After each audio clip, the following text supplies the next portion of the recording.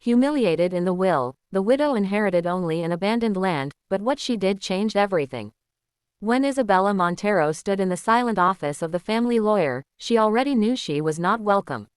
Her husband, Eduardo Montero, had passed away suddenly, leaving behind a fortune built from generations of coffee plantations and real estate. The Montero family was powerful, proud, and cold. And Isabela, a simple woman who grew up in the countryside, had never truly been accepted by them. Eduardo's older brother, Ricardo, sat across from her with a faint smile that didn't reach his eyes. Beside him, their elegant sister Camila adjusted her pearl necklace as if the room belonged to her. The lawyer cleared his throat and began reading the will. The main house in São Paulo, to Ricardo. The beachfront property in Rio de Janeiro, to Camila. The company shares, divided between them. Isabela's heart pounded. And to my beloved wife, Isabela, the lawyer paused. She held her breath. I leave the land in Serra Verde. A silence fell over the room. Serra Verde. Everyone knew what that meant. An abandoned, dry, forgotten piece of land on the edge of nowhere. No house, no business, no value. Ricardo chuckled softly. Camila covered her smile with her hand. Isabela felt the humiliation burn her cheeks. After 10 years of marriage, after standing by Eduardo through his struggles, this was all she received. But instead of crying, she straightened her back. Thank you, she said calmly. Ricardo looked surprised. You don't want to contest the will? Isabela met his gaze. No, I'll take what my husband left me. And she walked out with her dignity intact. Serra Verde was worse than she remembered. Dry soil cracked under the sun. Weeds taller than her shoulders. An old broken fence hanging by rusted wires. When Isabela arrived with 2 suitcases and determination in her heart, the local villagers stared at her as if she were crazy. Are you really staying here? An elderly man asked. Yes, she answered. I'm going to build something. He shook his head. Nothing grows here. But Isabela had grown up on land much harsher than this. She knew something the Montero family didn't.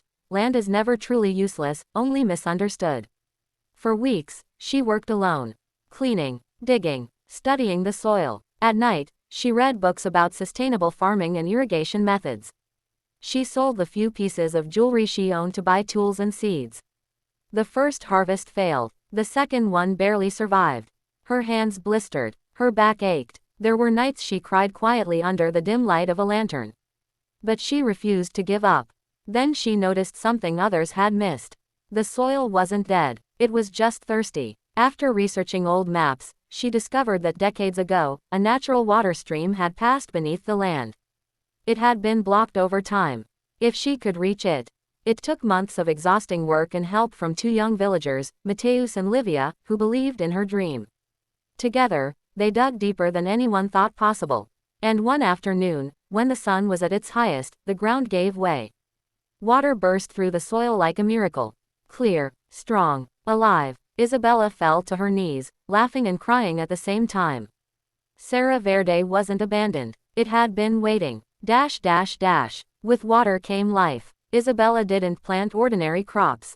She studied market trends and decided to grow organic fruits and rare herbs that were in high demand in big cities. She built a small greenhouse from recycled materials. Word began to spread. Have you heard about the woman who brought water back to Serra Verde? Local markets started buying from her. Then restaurants in nearby towns. Then luxury hotels in São Paulo. Within 3 years, Serra Verde transformed. Green fields stretched as far as the eye could see. Workers from neighboring villages were employed with fair wages. A small school was built for their children. Solar panels powered the farm. Isabela named the project Novo Comico, New Beginning. One morning, a black luxury car drove down the dusty road toward the farm. Ricardo stepped out, wearing an expensive suit that looked completely out of place among the green fields. He stared in disbelief. This couldn't be the same land. Isabela approached him, confident and radiant under the sun. You came a long way, she said calmly. Ricardo removed his sunglasses. I heard rumors, but I didn't believe them. He looked around at the thriving farm, the workers, the modern irrigation systems. This land is worth millions now, he muttered. Isabela smiled softly. It was always worth something. You just didn't see it. Ricardo cleared his throat. I came to propose a partnership. The family company could invest. We could expand internationally. Isabela studied him for a long moment. Years ago, she would have felt small in front of him. Not anymore. I appreciate the offer, she replied. But I built this without the Montero name.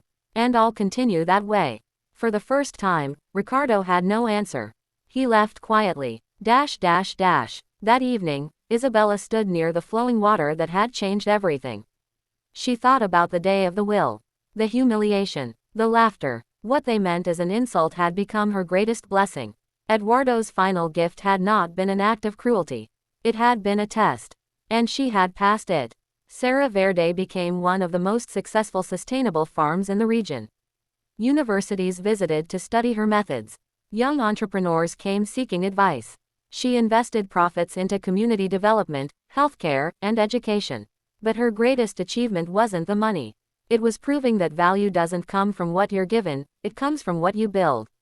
Years later, during an interview with a national television channel, the reporter asked her, "Do you ever regret accepting only that abandoned land?" Isabela looked directly into the camera, her eyes calm and strong. "They thought they humiliated me," she said. "But they gave me freedom." And freedom, she had learned, was worth far more than any inheritance.